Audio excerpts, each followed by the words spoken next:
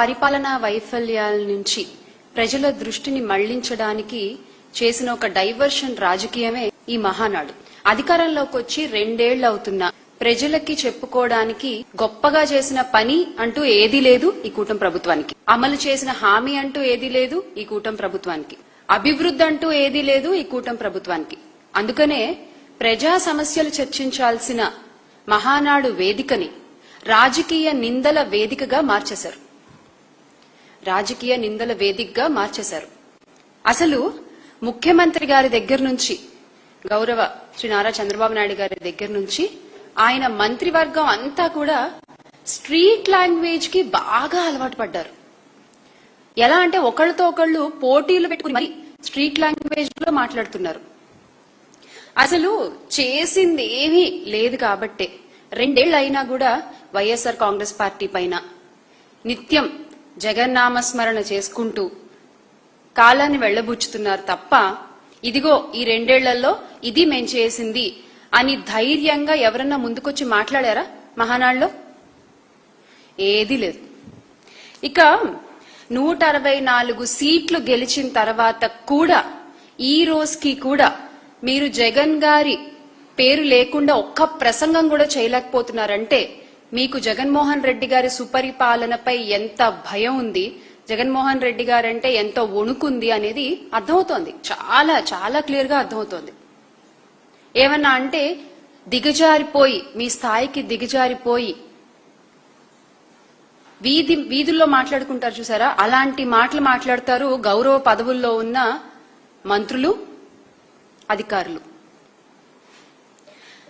ఇక మహిళా రిజర్వేషన్ల గురించి చాలా ఇంట్రెస్టింగ్ టాపిక్ మాట్లాడారు తెలుగుదేశం పార్టీ వర్కింగ్ ప్రెసిడెంట్ గౌరవ విద్యాశాఖ మంత్రి గారు, సకల శాఖ మంత్రి గారు నారా లోకేష్ గారు.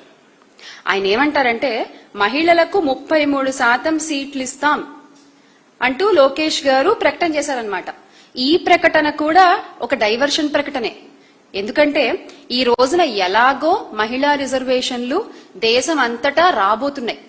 ఆ విషయం మనందరికీ తెలుసు. ముందుగానే వాటి క్రెడిట్ ని దొంగలించే ప్రయత్నం అన్నమాట ఇది. అంటే ఎలాగో దేశమంతా ఈ మహిళా రిజర్వేషన్ బిల్లుపై ఏకగ్రీవంగా ఉంది, అది ముందే మనం చెప్పేశాం అనుకోండి, అది ముందే మన క్రెడిట్ లో పడిపోతుంది కదా అనేటువంటి ఒక ఆలోచన అన్నమాట. అడ్వాన్స్డ్ క్రెడిట్ చోరీ ఇది అడ్వాన్స్డ్ క్రెడిట్ చోరీ by Telugu Desam party working president Nara Lokesh గారు. అసలు మీరు మహిళల గురించి మాట్లాడే ముందు ఎన్నికల్లో మహిళలకు ఇచ్చిన హామీలు ఏమయ్యాయో చెప్పండి. అసలు ముందు వాటి గురించి మాట్లాడుకుందాం. ఆ తర్వాత మీరు మహిళల గురించి, మహిళా రిజర్వేషన్ల గురించి, మహిళల భద్రత గురించి మాట్లాడుతారు. కానీ ఆడబిడ్డ నిధి అన్నారు. 18 నుండి 59 ఏళ్ల వయసున్న మహిళలకి ప్రతి నెల 1500 రూపాయలు ఇస్తాము అన్నారు. 2 ఏళ్లు అయింది. 3 బడ్జెట్లు ప్రవేశపెట్టారు. ఇచ్చింది మాత్రం గుండు 0. ఇచ్చింది గుండు 0. ఇక గ్యాస్ సిలిండర్లు అన్నారు. సంవత్సరానికి 3 సిలిండర్లు అన్నారు. 2 ఏళ్లు అయింది. 6 సిలిండర్లు రావాలి. ఇచ్చింది 1 లేదా 2. ఇక ఫ్రీ బస్సు.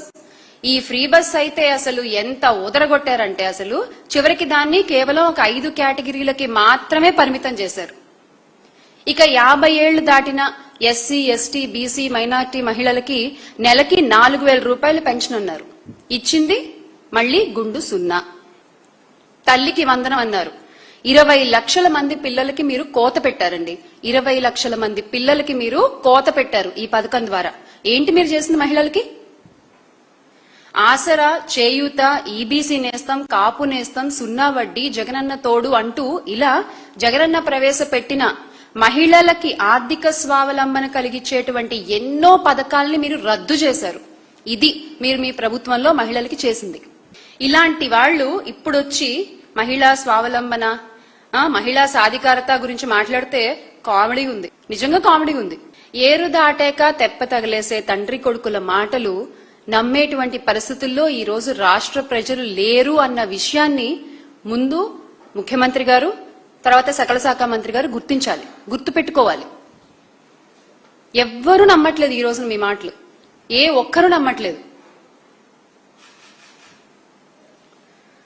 అసలు మహిళలకు 33% రిజర్వేషన్లు ఇవ్వాలన్న విషయంలో దేశమంతా ఒక్కటిగా ఉన్న ఈ టైంలో త్వరలో ఎలాగో ఆ బిల్లు పాస్ అవబోతున్న టైంలో దాన్ని మీ క్రెడిట్ లో వేసుకునే ప్రయత్నం చేస్తున్నారు.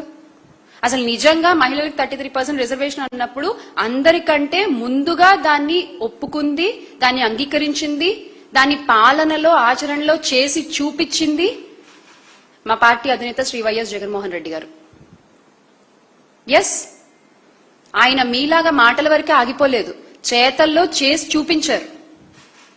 ఈ రోజున చంద్రబాబు నాయుడు గారు చెప్తున్నారు, మా party working president Nara Lokesh గారు మాట్లాడినటువంటి 33% రిజర్వేషన్ ని ఉమెన్ కి నేను ఆమోదిస్తున్నాను అని. అసలు మీరేంటి సార్ ఆమోదించేది? మీరు ఆమోదిస్తారు, అమలు చేయరు. అమలు చేసేది వైఎస్ జగన్మోహన్ రెడ్డి గారు. మీరు ఆమోదించడం ఏంటి? త్వరలో ఎలాగో పార్లమెంట్ లో ఆ బిల్లు పాస్ అవబోతోంది, ఎలాగో 33% రిజర్వేషన్ దేశమంతటా రాబోతోంది ఉమెన్ కి. ఈ రోజున మీరు మీ అబ్బాయి కలిసి అదేదో మీ సొంత బ్రెయిన్ చైల్డ్ అన్నట్టు మాట్లాడతారేంటి? వైఎస్ఆర్సీపీ చేసిన అభివృద్ధి పనులు, వైఎస్ఆర్సీపీ హయాంలో తెచ్చినటువంటి ప్రాజెక్టులకి ఎలా అయితే మేము తెచ్చాము అని క్రెడిట్ చోరీ చేసుకుంటున్నారో అలాగే సేమ్ టు సేమ్ ఈ మహిళా రిజర్వేషన్ బిల్లులో కూడా క్రెడిట్ చోరీ చేసే ప్రయత్నం చేస్తున్నారు తండ్రి కొడుకులు ఇద్దరు కూడా. నిన్న మహానాడు వేదికలో అది క్లియర్ గా కళ్ళకు కట్టినట్టు కనిపించింది. అయినా అసలు మీ రాజకీయ జీవితం అంతా కూడా ఇలాగే కొనసాగుతోంది. ఎంతసేపు క్రెడిట్ చోరీ, క్రెడిట్ చోరీ, క్రెడిట్ చోరీ. ఎన్టీఆర్ గారి దగ్గర నుంచి పార్టీ చోరీ, ఆయన మరణానికి కారణమయ్యారన్న విమర్శల మధ్య ఈ రోజున సడన్ గా ఆయన మీద గౌరవం పెరిగిపోయి చెప్పులేసిన సంగతి కూడా మర్చిపోయి ఆయన మీద ఈ రోజు ఆయన మా తాతగారు అంటూ దండలేసి దండాలు పెడుతున్నారు. ప్రజలు ఏవి మర్చిపోరు, ప్రజలు అన్ని గుర్తుపెట్టుకుంటారు. ఇక తర్వాత గొడ్డలి పార్టీ అని మాట్లాడుతున్నారు. గొడ్డలి పార్టీ ఎవరిదండి? ఎవరిది గొడ్డలి పార్టీ? ఎవరు హత్య రాజకీయాలు చేస్తారు? ఎవరు మనుషుల్ని చంపేస్తారు? మొన్న జగన్మోహన్ రెడ్డి గారు కూలంకుషంగా, చాలా నిశితంగా, వివరంగా ప్రతి ఒక్కటి వివరించిన తర్వాత మీరు ఇన్నాళ్లు చేసినవన్నీ అబద్ధపు విమర్శలు అన్న విషయం ఈ రోజున కొత్తగా ఓటు హక్కు రాబోయే న్యూ ఓటర్ కి కూడా క్లియర్ గా అర్థమైంది. క్లియర్ గా తెలుసుకున్నారు ఈ రోజున యూత్ అంతా కూడా. నిజంగా జరిగింది ఇది అన్న విషయం మన జగన్మోహన్ రెడ్డి గారు క్లియర్ గా వివరించిన తర్వాత ప్రతి ఒక్కళ్ళకి అర్థమైంది. నిజంగా మీ మనస్సాక్షికి అట్లీస్ట్ నిజాయితీగా ఉండి నిజం చెప్పండి, ఎవరివండి హత్య రాజకీయాలు? ఎన్టీఆర్ గారి మరణానికి కారకులు ఎవరు?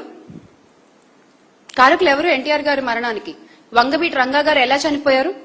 మల్లెల బాబ్జీ గారు ఎలా చనిపోయారు? పింగళి దశరథరామ్ గారు ఎలా చనిపోయారు? రాజారెడ్డి గారు ఎలా చనిపోయారు? చివరికి వివేకానంద రెడ్డి గారిని హత్య చేసిన హంతకులు కూడా ఈ రోజున ధైర్యంగా రోడ్డు మీద ఎలా తిరగలుగుతున్నారు? మీ అండదండ వల్ల కాదా? అంతెందుకు సచివాలయ ఉద్యోగులు, మీరు అధికారంలోకి వచ్చిన తర్వాత సచివాలయ ఉద్యోగులు 100 మంది ఆత్మహత్య చేసుకుని చనిపోయారు. ఆ ఆత్మహత్యల కారకులు ఎవరు? మీరు కాదా? జగన్మోహన్ రెడ్డి గారు ఆయన నాయకత్వంలో అక్టోబర్ 2, 2019 దేశంలోనే for the first time after independence ఒకటే రోజున 1,20,000కి పైగా సచివాలయ ఉద్యోగాలు రిక్రూట్ చేశారు. This is the all time record.